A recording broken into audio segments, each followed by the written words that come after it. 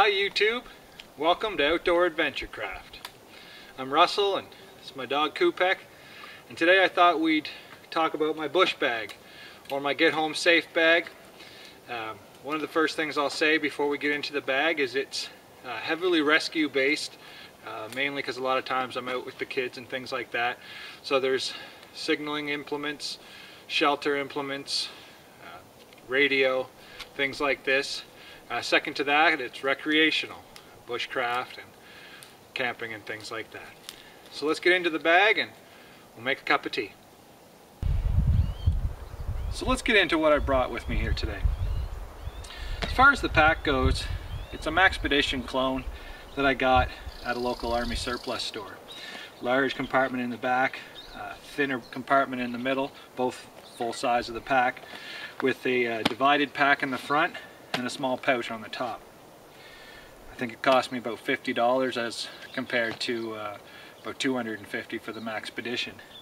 Now, as far as construction goes, obviously it probably doesn't have the longevity that the Maxpedition would, but I've gotten quite a bit of time out of it so far and expect to get a few more years even out of it. On the outside, as far as what I brought with the bag, we have my axe, 28-inch American hickory wood handle with a 2 1/4 pound drop forged head.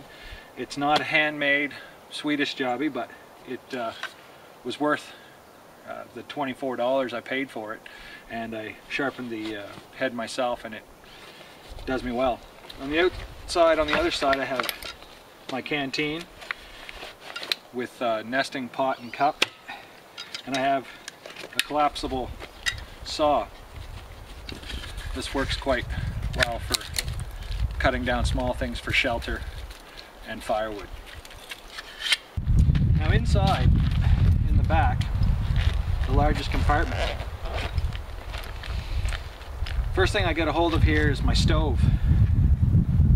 Now I'd like to do a video on making these stoves in the future, but this is a small alcohol burning stove that I made out of beer cans. It's basically 3 different parts of the same brand of beer can. You've got a shell on the outside, a jet system on the inside, and an upper ring. And I made a pot stand for it from coat hanger. So I'll show you that in a minute when I get my tea going. For now, I'll just set it aside. Alcohol, fuel for the stove. This is actually gas line antifreeze.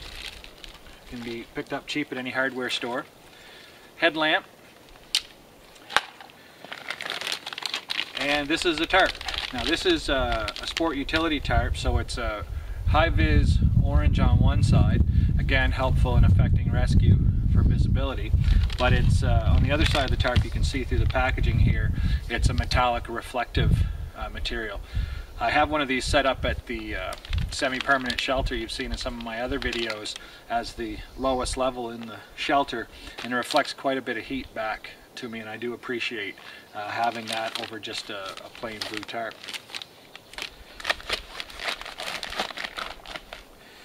Also, thanks to YouTuber Gulrica, a good suggestion was to carry some large freezer bags. Now what these are good for is carrying water that can be purified in the bag or afterwards, and also for packing your trash back out of the woods. Now too, in my main compartment I have these subdivided fishing tackle box containers which have a lot of items in them. So I'm going to bring the camera a little closer and show you what I have in here. So let's get into these. I'm going to move through it pretty quick because there's a lot of stuff in there, and I could probably talk for quite a while on each individual thing, but we don't have time for that. So let's open it up and see what's in it. I've got toilet paper, water sanitation tablets, Band-Aids, pocket soap, little leaflets that you pull out you can wash your hands with. I've also got some painkillers, some Tylenol and liquid Advil. Again, talking about rescue, I have here some flares. When partnered with the pen gun. These flares are an effective means of signaling your location to rescuers. While we're in that pocket, a Bear Grylls Ferrocerium rod and striker.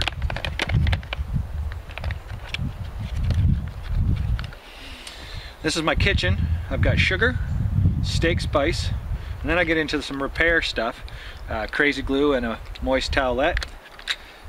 Back into the kitchen, a bouillon cube. Over here we have some candy for glucid needs, just some calories stashed here. Bear Grylls Pocket Survival Guide, knife sharpener, fishing kit, complete with a fire starting kit in there as well, cotton ball, waterproof matches, all the accoutrements you'd find for fishing, line, sinkers, hooks, and also some water purification tablets. A little survival kit on its own. I won't dig all this out in here, but we've also got a wire saw. These are garbage, but it's in here.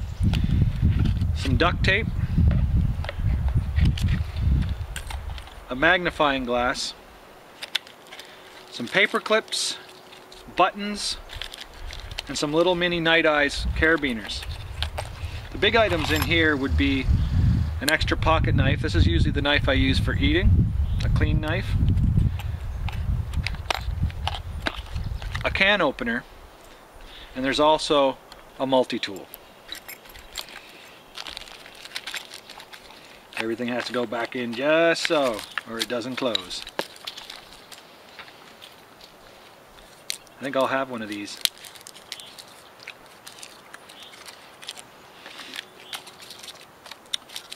So back here is my fire starting area. Cotton balls, Vaseline, and wax soaked cotton balls, Zippo flints, quick fire from a survival kit that I parted out, basically little cotton tinder starters. I keep this elastic for wrapping up birch bark when I collect it, because it has a tendency to get everywhere. So I'll roll the birch bark up like a money roll, and I'll put this elastic around it. Another pack of waterproof matches, as well as a small selection of fire starter, compressed cardboard, wax type things, as well as some fire striking devices, match striking devices. Let's pack this back in here quick and get into the next pouch.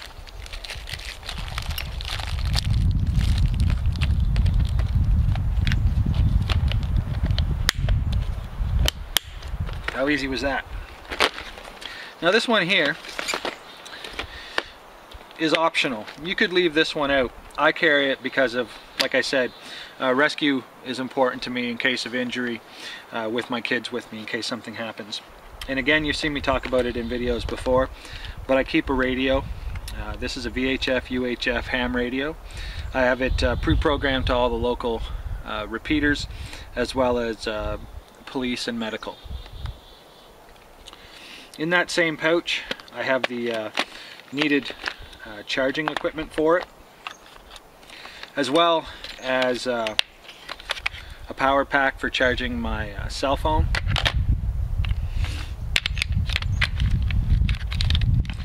and another magnifying glass. What I like about this one is it has a light on it. The battery's dead there now, but it has 2 magnification levels and a light.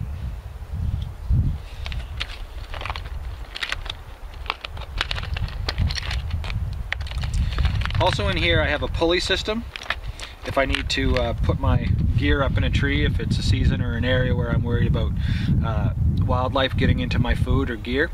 I have these EDC carabiner pulleys that I got off eBay. I have 4 of them to further reduce the weight when lifting it up into a tree. I have a container of waterproof matches, extra batteries for headlamps, flashlights, and a lighter, a whistle combination thermometer and compass, signal mirror, rescue whistle, and an emergency blanket, again in a high-vis orange.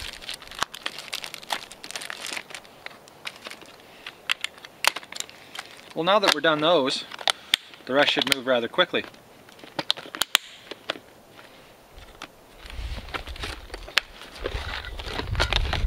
Just leave those out for now so we can finish this pocket. I have poncho. So this is a grommeted poncho, as you can see here, so this could be used as a shelter tarp. And that's it for the back pocket, actually. I've got my stove out, so I'm going to start the tea and I'll get right back to you. So yeah, these little beer can alcohol stoves couldn't be any easier to operate. I keep my fuel double bagged in a pretty good little flip top bottle here, just so it doesn't leak and contaminate anything. But you don't need much to boil water. Maybe a tablespoon and a half down there.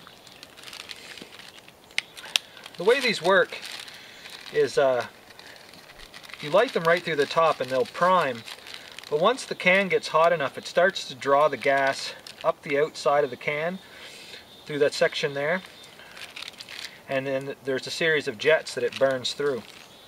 I'd like to make a video just on the stove itself in the future, but again, couldn't be easier to light.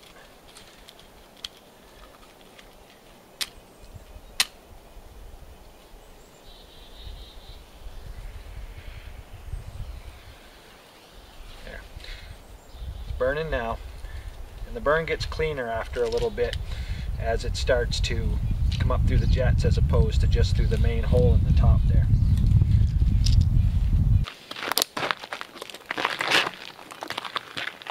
And again, this little pot holder is just a coat hanger that I put together,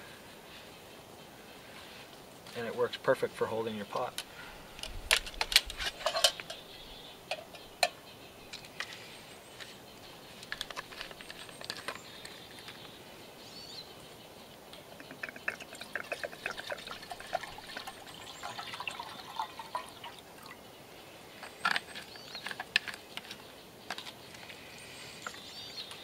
Okay, let's let that go and get back to the gear in the bag.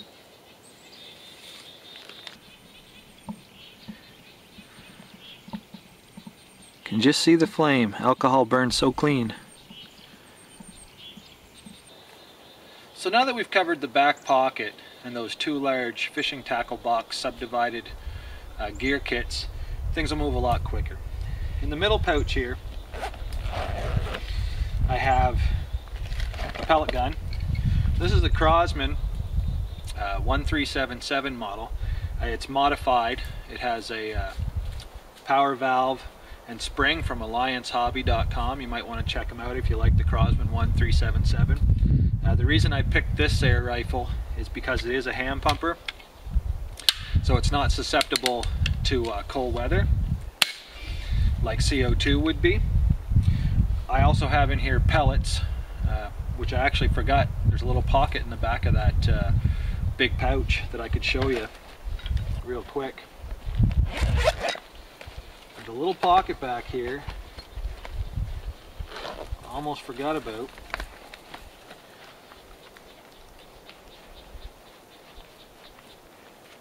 It's where the pellets for the air rifle are, as well as some little tea light candles. So back to this pouch. So there's the air rifle. I have some not twist ties, but some gear ties, some zip straps.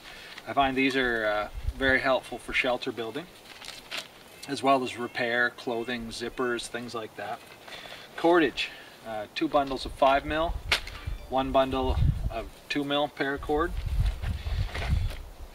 The Bear Grylls survival knife. I know it sucks. I don't really like it. I thought it was going to be great when I got it.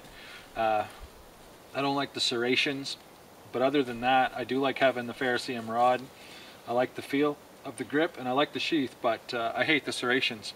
That's my biggest complaint. I also have a tinder bundle here, wrapped in a rabbit skin What we've got in here is birch bark and also birch polypore mushrooms, all cut up into small pieces.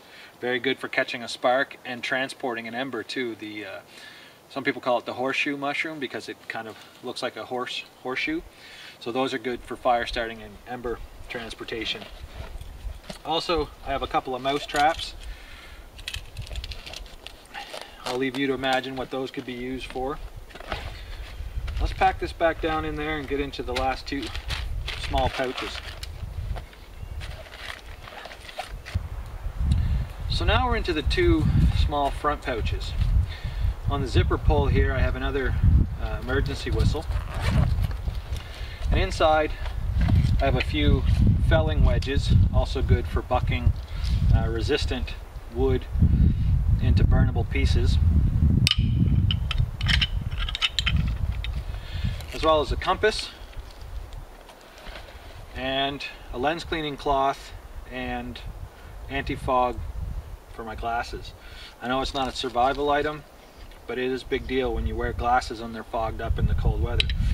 I also call this my yellow pocket because everything in here seems to have yellow on it. And I didn't plan that, but that's the way it worked out.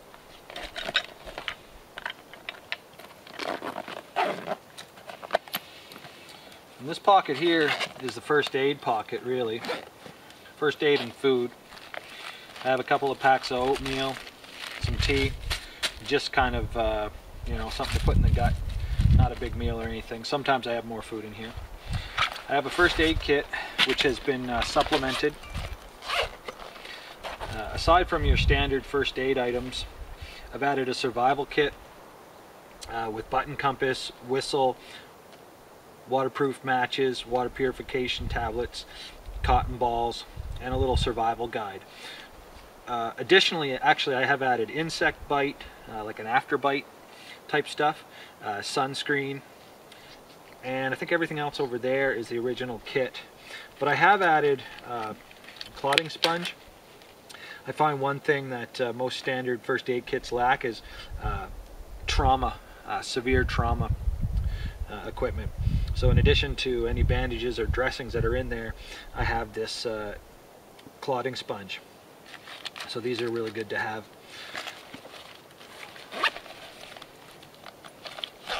Also in the front pouch, a few other things.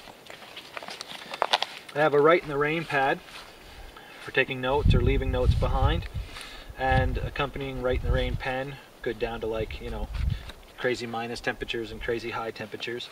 A Sharpie, two Sharpies actually. This one here is one of those oil proof, waterproof, every kind of proof Sharpie. A glow stick, and these three fold-outs I like quite a bit. They only occupy, you know, about a 1/4 inch of space. You can put them just about anywhere. But this is a wilderness survival pocket guide. Comes in handy. Just to remind yourself, you know, to stop and think a little bit. Take, you know, stock of your situation. Slows you down. Just to sit and read something. Wild edible plants. By no means is this a compendium of all wild plant knowledge. But as you can see, it folds out into a rather impressive guide to most common edible and poisonous plants. So it really focuses on ones that are poisonous that you just want to stay away from, but also ones that you can use to sustain yourself. As well as, again, by no means a compendium of knowledge, but a pocket naturalist guide on mushrooms. And again, focusing on some of the poison ones you'd want to stay away from and the edible ones. So that's what I have in my bag with me today. That's the lot of her. Hopefully this video doesn't take much more than 10 minutes when it's all said and done. But I'm gonna go put the tea in the water and we'll get right back to you.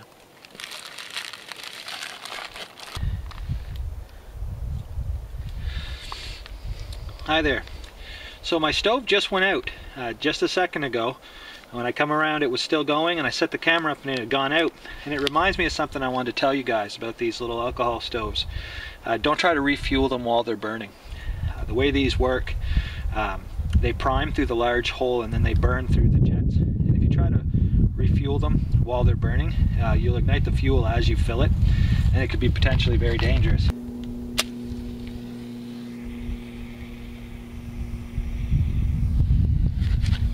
So there it goes.